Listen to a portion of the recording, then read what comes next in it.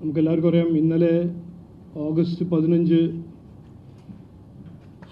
നമ്മുടെ രാജ്യത്തിൻ്റെ സ്വാതന്ത്ര്യ ദിനമായിരുന്നു. നിയമപരമായ സ്വാതന്ത്ര്യദിന ആഘോഷത്തിൻ്റെ സമയത്ത് ദേശീയഗാനം, ദേശീയഗീതം പാടണം എന്ന് ഒരു ട്രഡീഷൻ നമ്മുടെ രാജ്യത്തിലുണ്ട്. പിന്നെ പാർലമെൻറ്റ് പാസ്സാക്കിയ ഒരു നിയമം പ്രകാരം ദേശീയ ഗീതം പാടുമ്പോൾ അത് കംപ്ലീറ്റ് ആയിട്ട് പാടണമെന്ന് ഒരു നിയമമായിട്ട് പാർലമെൻറ്റ് പാസ്സാക്കി. അത് കഴിഞ്ഞിട്ട് ആദ്യത്തെ സ്വാതന്ത്ര്യ ദിനമായിരുന്നു ഇന്നലെ. ഇന്ത്യ രാജ്യത്തെ എല്ലാ സംസ്ഥാനത്തിൽ അത് സ്മൂത്തായിട്ട് നടന്നു. എല്ലായിടത്തും ഫ്ലാഗ് ഹോയിസ്റ്റിങ്ങും ദേശീയഗീതവും ദേശീയഗാനം അത് ഏത് സർക്കാരാണെങ്കിലും എവിടെയാണെങ്കിലും അത് പാടി. ജമ്മു കശ്മീർ, ഹിമാചൽ പ്രദേശ്, ഉത്തർപ്രദേശ്, ഉത്തരാഖണ്ഡ്, തെലങ്കാന, കർണാടക, ആന്ധ്രാപ്രദേശ്, തമിഴ്നാട് എല്ലാ സംസ്ഥാനത്തിലും സ്വാതന്ത്ര്യദിനം ഇന്നലെ അവിടുത്തെ സർക്കാരും അവിടുത്തെ ജനങ്ങൾ സെലിബ്രേറ്റ് ചെയ്തു. നമ്മുടെ രാജ്യം ഇന്ത്യ ഒരു ഭരണഘടന വഴി ഭരിക്കുന്ന ഒരു സംവിധാനമാണ് നമ്മുടെ നാട്ടിൽ. നിയമപരമായ ഭരണം, നിയമ സംവിധാനം, റൂൾ ഓഫ് ലോ, കോൺസ്റ്റിറ്റ്യൂഷൻ ഉള്ള ഒരു രാജ്യമാണ്. നമ്മൾ ചൈനയല്ല, റഷ്യയല്ല, മിഡിൽ ഈസ്റ്റിൻ്റെ ഒരു രാജ്യമല്ല. ഇവിടെ ഒരു റിട്ടൺ കോൺസ്റ്റിറ്റ്യൂഷൻ ഉണ്ട്, ഒരു റിട്ടൺ റൂൾ ഓഫ് ലോ ഉണ്ട്. പക്ഷേ നമ്മൾ ഇന്നലെ കണ്ടത് എന്താണ്? കേരളത്തിൽ മാത്രം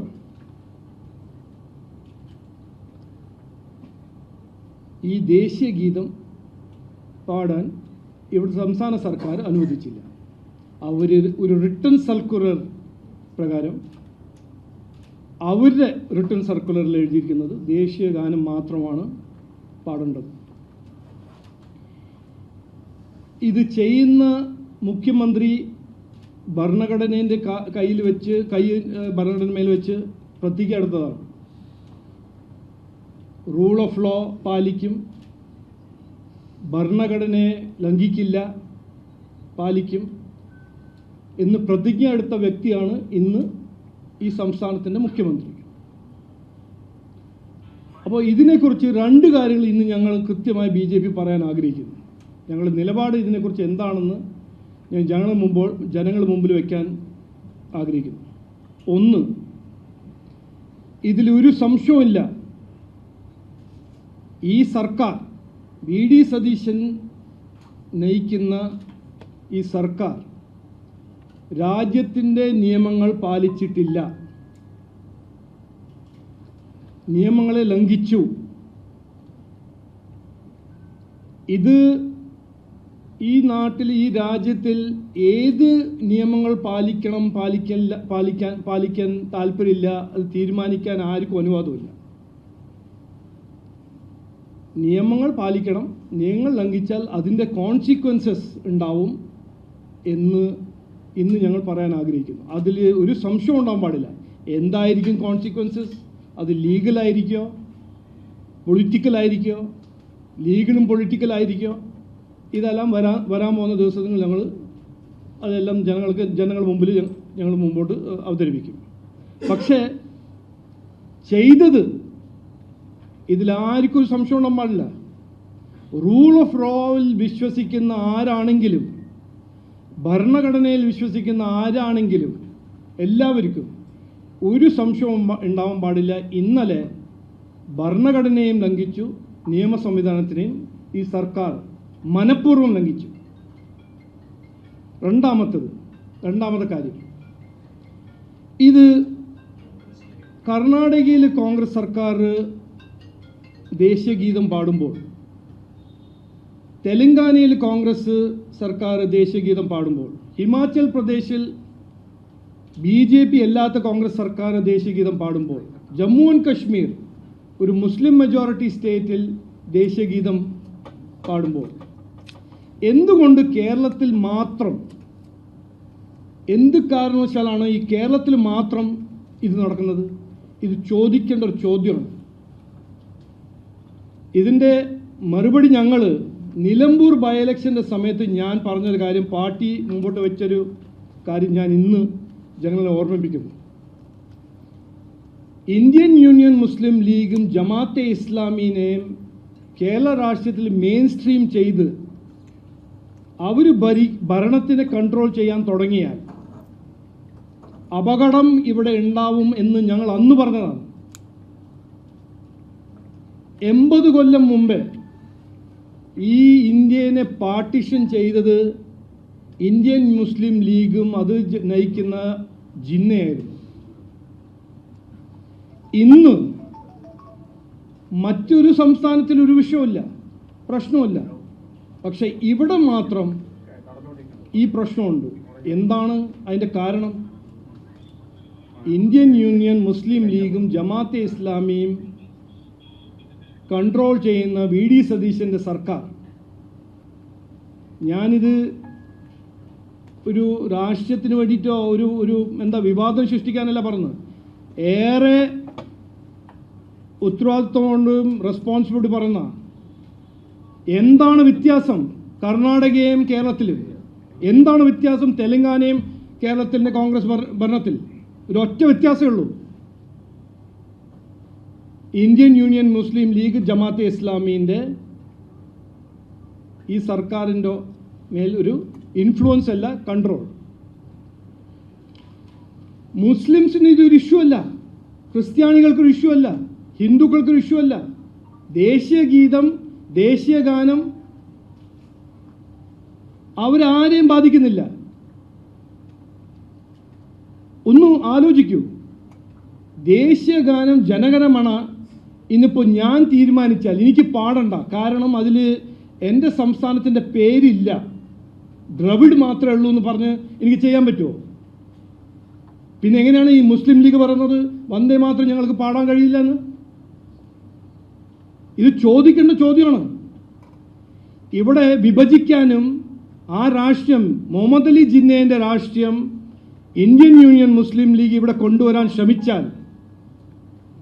ശ്രമിക്കരുത്. ഞാൻ ഇപ്പോൾ ഏറെ റെസ്പോൺസിബിലിറ്റി പറയാണ്. തകരാറുണ്ടാവും, അപകടം ഉണ്ടാവും. നിങ്ങളത് ചെയ്യാൻ പാടില്ല. ഇത് നിയമങ്ങൾ പാലിക്കണം. നിങ്ങൾക്ക് ഒരു അനുവാദവുമില്ല. നിങ്ങൾ ദേശീയ ഗാനം പാടില്ല, ദേശീയ ഗീതം പാടില്ല, ഭരണഘടനയുടെ ഈ ആർട്ടിക്കിൾ ഞങ്ങൾ പാലിക്കില്ല, അതിനൊന്നും ആർക്കും അനുവാദമില്ല. ഒരു ഇന്ത്യൻ സിറ്റിസൺ ആണെങ്കിൽ കോൺസ്റ്റിറ്റ്യൂഷണൽ അവകാശമുണ്ട്, കോൺസ്റ്റിറ്റ്യൂഷണൽ ഡ്യൂട്ടിയുണ്ട്, ഉത്തരവാദിത്വമുണ്ട്. ഇത് നിങ്ങൾക്ക് ഇതുവരെ പഠിച്ചിട്ടില്ലെങ്കിൽ നിങ്ങൾ പഠിക്കണം. വന്ദേ മാതരം ദേശീയ ഗീതമാണ്. വന്ദേ മാതരം പാടണം എന്ന് പാർലമെൻറ്റ് പാസ്സാക്കിയ നിയമമാണ്. പാർലമെൻറ്റ് പാസ്സാക്കിയ നിയമം നാടിൻ്റെ നിയമമാണ്, രാജ്യത്തിൻ്റെ നിയമമാണ്. അതിനെ പാലിക്കാനൊരു ഫ്ലെക്സിബിലിറ്റി ആർക്കും കൊടുത്തിട്ടില്ല. അപ്പോൾ ഞാൻ അവസാനം പറയുന്നത്, ഇതൊരു ലീഗൽ ഇഷ്യൂ ആണ്. അതിന് കോൺസിക്വൻസസ് ഉണ്ടാവുമെന്നാണ് എൻ്റെ ഒരു അഭിപ്രായം. ഞാനൊരു വക്കീലല്ല, ഞാനൊരു ലോയിൽ വിദ്വാനല്ല. പക്ഷേ ഈ സംസ്ഥാനത്തിൻ്റെ സർക്കാരിന് ഇത് കോൺസിക്വൻസസ് ഉണ്ടാവുമെന്ന് എനിക്കൊരു അഭിപ്രായമുണ്ട്. മറ്റേത്, ഇന്നത്തെ രാഷ്ട്രീയം മുസ്ലിം ലീഗും ജമാഅത്തെ ഇസ്ലാമിയും ഇവിടെ കൊണ്ടുവരാൻ ശ്രമിക്കുകയാണെങ്കിൽ BJP വിവാദത്തിൽ പെടാനോ വിവാദം ഉണ്ടാക്കാനോ ഒരു കെയോസ് ഉണ്ടാക്കാൻ ഞങ്ങൾക്ക് താല്പര്യമില്ല. പക്ഷേ നാടിനെ വിഭജിക്കാൻ ഈ മുഹമ്മദ് അലി ജിന്ന ചെയ്ത കാര്യങ്ങൾ ഇനിയിപ്പോൾ ഇവിടെ കുഞ്ഞാലിക്കുട്ടിയും അവരുടെ ഇന്ത്യൻ യൂണിയൻ മുസ്ലിം ലീഗും ജമാഅത്തെ ഇസ്ലാമി ശ്രമിച്ചാൽ ഞങ്ങളത് അങ്ങനെ കൊടുക്കില്ല, വിട്ടുതരില്ല. ഇന്ന് മുതൽ BJP ഇതിനെക്കുറിച്ച് ഇതിൻ്റെ ഒരു അവയർനെസ് ക്രിയേറ്റ് ചെയ്യാൻ ഞങ്ങളൊരു വലിയ പ്രോഗ്രാം തുടങ്ങാൻ പോകുന്നു. ഈ വിഭജന രാഷ്ട്രീയം, ഈ ഒരു കോൺസ്റ്റിറ്റ്യൂഷൻ വിതിൻ കോൺസ്റ്റിറ്റ്യൂഷൻ, ശ്രമിക്കുന്ന മുസ്ലിം ലീഗിൻ്റെയും ജമാഅത്തെ ഇസ്ലാമിൻ്റെ രാഷ്ട്രീയത്തിനെ എതിർക്കാൻ BJPയും NDA ഉണ്ടാവും എന്ന് ഇന്നു മുതൽ ഞങ്ങളുടെ രാഷ്ട്രീയ പ്രവർത്തകരും യുവമോർച്ചയും എല്ലാവരും ഒരുമിച്ച് ഇതിനു വേണ്ടി വേണ്ട കാര്യങ്ങളെല്ലാം ചെയ്യും എന്ന് ഞാൻ ഇന്ന് കൃത്യമായി പറയാൻ ആഗ്രഹിക്കുന്നു. പിന്നെ ഇന്നലെ AICC നടന്ന ആ കോമാളി ഞാൻ എന്ത് പറയാനാണ്? ഞാൻ 20 കൊല്ലമായിട്ട് രാഷ്ട്രീയത്തിലുണ്ട്. ഒരു എന്താ പറയുക, ഈ രാജ്യം സ്വാഗതം ചെയ്ത ഒരു മഹിള ദേശീയ ഗീതം പാടുമ്പോൾ അത് നിർത്താൻ ശ്രമിക്കുന്ന ആ കാഴ്ച കാണുമ്പോൾ ഇതെല്ലാം നമ്മൾ മനസ്സിലാക്കേണ്ട കാര്യമാണ്.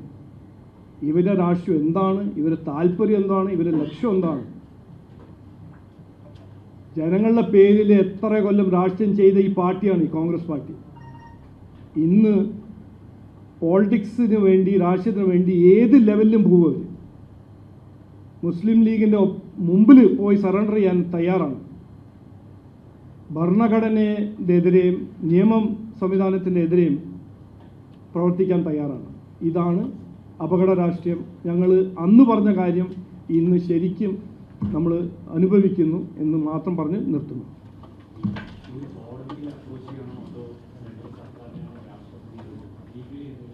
അല്ല, അത് ചെയ്യേണ്ട കാര്യങ്ങൾ ഞങ്ങൾ ചെയ്യും. ഞങ്ങൾ മാത്രമല്ല, ഇത് ഒരു കോൺസ്റ്റിറ്റ്യൂഷണൽ ബ്രീച്ചാണ്, ലീഗൽ ബ്രീച്ചാണ്. ഒരു സ്റ്റേറ്റ് ഗവൺമെൻറ്, ഒരു constitutionally sworn in state government ഇന്ത്യൻ്റെ നിയമങ്ങൾ ലംഘിക്കുന്നു, പാലിക്കുന്നില്ല എന്ന് കണ്ടാൽ അത് എന്ത് ചെയ്യണമെന്ന് ഞാൻ ഒരു ചെറിയ ആളല്ലേ, അതിന് എന്നേക്കാൾ കൂടുതൽ വിദ്വാനായ കുറേ പേരുണ്ടല്ലോ, അവരെല്ലാം അത് പരിശോധിക്കും, ചെയ്യേണ്ട കാര്യങ്ങളെല്ലാം ചെയ്യും. കാരണം അങ്ങനെ വിട്ടുകൊടുക്കാൻ പറ്റില്ല. ഈ നാട്, ഈ രാജ്യം ഒരു റൂൾ ഓഫ് ലോ പാലിക്കുന്ന രാജ്യമാണ്. അത് നമ്മൾ പാലിച്ചില്ലെങ്കിൽ കെയോസ് ആയിരിക്കും. അപ്പോൾ അത് നമുക്ക് ആർക്കും ഗുണം ചെയ്യില്ല. അപ്പോൾ അത് ചെയ്യേണ്ട കാര്യങ്ങൾ പഠിക്കുന്ന ആൾക്കാർക്ക് പഠിച്ച് അത് ചെയ്യും.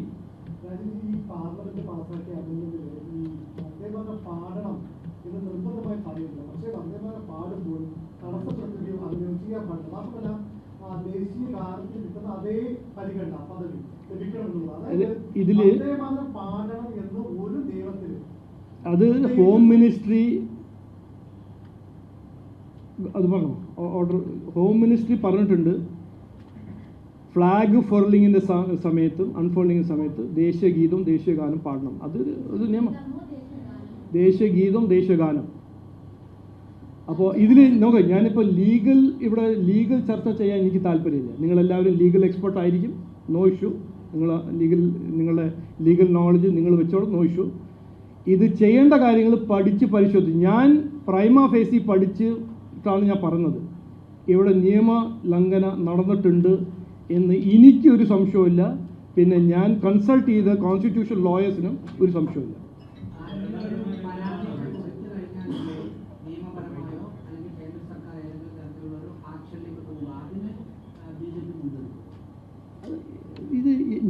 ഈ പ്രശ്നം ഞങ്ങളുടെ പ്രശ്നമല്ല, ഇത് എല്ലാ മലയാളികളുടെ പ്രശ്നമാണ്, ദേശസ്നേഹികളുടെ പ്രശ്നമാണിത്. ഇത് പൊളിറ്റിക്കൽ ഇഷ്യൂ അല്ല, ഞങ്ങൾ അങ്ങനെ കാണുന്നില്ല. ഇതൊരു രാഷ്ട്രീയ വിഷയമല്ല. ഇനിയിപ്പോൾ നാളെ മറ്റൊരു സംസ്ഥാനത്തിൽ ഞാൻ ജനഗണമന പാടില്ല, കാരണം അത് എൻ്റെ സ്റ്റേറ്റിൻ്റെ പേരില്ല അതിൽ, തുടങ്ങിയാലോ? അത് നോക്കൂ, ഇതെല്ലാം സുവമോട്ടോ എടുക്കേണ്ട കാര്യങ്ങളാണ്. സുവമോട്ടോ എടുക്കാനും സർക്കാരിന് സാധിക്കും.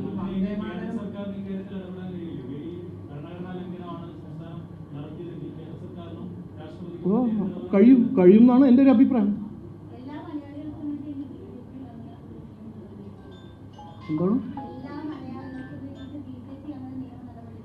ഞാൻ പറഞ്ഞില്ലേ, ഞങ്ങൾ പറയേണ്ട കാര്യങ്ങൾ ഞാൻ പറഞ്ഞു. ഞാൻ എന്ത് നിലപാട് ഇനിയിപ്പോൾ അടുത്തത് ഞങ്ങൾ എന്ത് ചെയ്യാൻ പോകുന്നു ഞാൻ ചെയ്ത് കഴിഞ്ഞിട്ട് പറയാം. ഞങ്ങൾ ചെയ്ത് കഴിഞ്ഞിട്ട് പറയാം.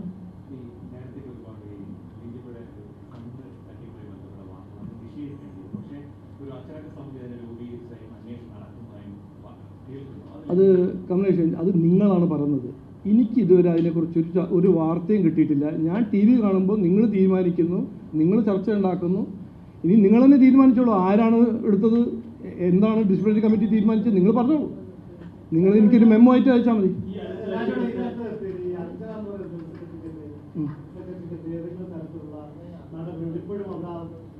നോക്കൂ, അല്ല ഈ വിഷയം കഴിഞ്ഞോ? ഇതിപ്പോൾ ഇത് ഒരു പ്രധാനപ്പെട്ട വിഷയമല്ലേ? അല്ല, എനിക്ക് ഇത് വലിയ ഏറ്റവും പ്രധാനപ്പെട്ട വിഷയമാണ്. നോക്കൂ, ഒരു രാഷ്ട്രീയ പാർട്ടിയിൽ 5-6 ലക്ഷം പ്രവർത്തകരുടെ രാഷ്ട്രീയ പാർട്ടിയിൽ ഒരു നോർമൽ കോഴ്സ് ഓഫ് ആക്ഷനാണ് disciplinary action, show cause notice. ഇതെല്ലാം എപ്പോഴും നടക്കുന്നത്. ഇതെന്താ പെട്ടെന്ന് ഇന്നലെ തുടങ്ങിയതാണോ? ഞാൻ വന്നിട്ടിപ്പോൾ ഒരു കൊല്ലം എത്ര മാസമായി? 4 മാസമായി, 1.5 കൊല്ലമായി. അതിൽ എത്ര ഷോ കോസ് നോട്ടീസ് പോയിട്ടുണ്ടല്ലോ. അതൊരു എന്താ, ഇത് സാധാരണ ഒരു നോർമൽ ഇഷ്യൂ അല്ലേ? എന്തിനാണ് നിങ്ങൾ ഒരു കേസിനെ പിടിക്കുന്നത്? അത് ഞങ്ങൾക്കൊരു രീതിയുണ്ട്, ഒരു ട്രാൻസ്പെറൻറ്റ് മെക്കാനിസം ഉണ്ട്. അത് അവർക്ക് നാച്ചുറൽ ജസ്റ്റിസിന് ആരാണെങ്കിലും ഈ A person, B person, C person, അവർക്ക് ഒരു പ്രോസസ്സുണ്ട്. ആ പ്രോസസ്സ് വഴി പാർട്ടി മുമ്പോട്ട് പോകും. പക്ഷേ ഇതിന് നിങ്ങൾ സെൻസേഷണൽ ആക്കിയിട്ട് നിങ്ങളുടെ TRPക്ക് വേണ്ടി ഓരോന്ന് പറയുമ്പോൾ എനിക്ക് അതിനെക്കുറിച്ച് പറയാനൊന്നുമില്ല. അല്ല ഞാനൊരു കാര്യം ഞാൻ ചോദിക്കുകയാണ്, നിങ്ങളെല്ലാവരും വിദ്വാന്മാർ. ഈ കഴിഞ്ഞ 1.5 കൊല്ലം ഞങ്ങളുടെ പാർട്ടിയിൽ എത്ര ഡിസിപ്ലിനറി ആക്ഷൻ നടന്നിട്ടുണ്ടോ നിങ്ങൾക്കറിയോ? ഞാൻ പറഞ്ഞിട്ടുണ്ടോ? ഇല്ലല്ലോ. അപ്പോൾ എന്തിനാണ് ഞാനിപ്പോൾ തുടങ്ങുന്നത്? ഈ പാർട്ടി എന്തിനാണ് ഇപ്പോൾ പെട്ടെന്ന് നിങ്ങൾ ആവശ്യമായിട്ട് നിങ്ങൾ തുടങ്ങുന്നത്? ഇത് ഞങ്ങളുടെ ഒരു കോൺഫിഡൻഷ്യൽ പ്രോസസ്സാണ്. ഉള്ളിൽ നടക്കുന്ന കാര്യങ്ങൾ ഉള്ളിൽ നടക്കും. അത് നിങ്ങൾ റിപ്പോർട്ട് ചെയ്തോളൂ. ഞാൻ എന്തിനാണ് അതിനെക്കുറിച്ച് പറയുന്നത്? നിങ്ങൾ നന്നായിട്ട് അത് ആംപ്ലിഫൈ ചെയ്യുന്നുണ്ടല്ലോ. അല്ല നോക്ക്, അല്ല ഇനിയിപ്പോൾ ഇതിനെക്കുറിച്ച് അങ്ങനെ ഒന്നുമില്ല. അങ്ങനെ ഒരു അത് നിങ്ങൾ ആരാ പറഞ്ഞത്? നിങ്ങളല്ല പറഞ്ഞത്. ഓക്കെ, ഇനി വിടും. ഇനി ഇതിനെക്കുറിച്ച് ഞാൻ ഒരു മിനിറ്റ് ഞാനൊരു കാര്യം പറയട്ടെ. ഇതിനെക്കുറിച്ച് ഞാൻ ഒന്നും ഇനി കൂടുതൽ പറയാൻ താല്പര്യമില്ല. എന്നോട് ചോദിച്ചു, ഞാൻ പറഞ്ഞു. ഇനിയിപ്പോൾ ഇതിനെക്കുറിച്ച് എനിക്ക് സമയമില്ല, പറയാൻ താല്പര്യമില്ല. ഇനി വേറെ എന്തെങ്കിലും ചോദിക്കണമെങ്കിൽ ചോദിക്കണം. ഓ PC ജോർജ് അത്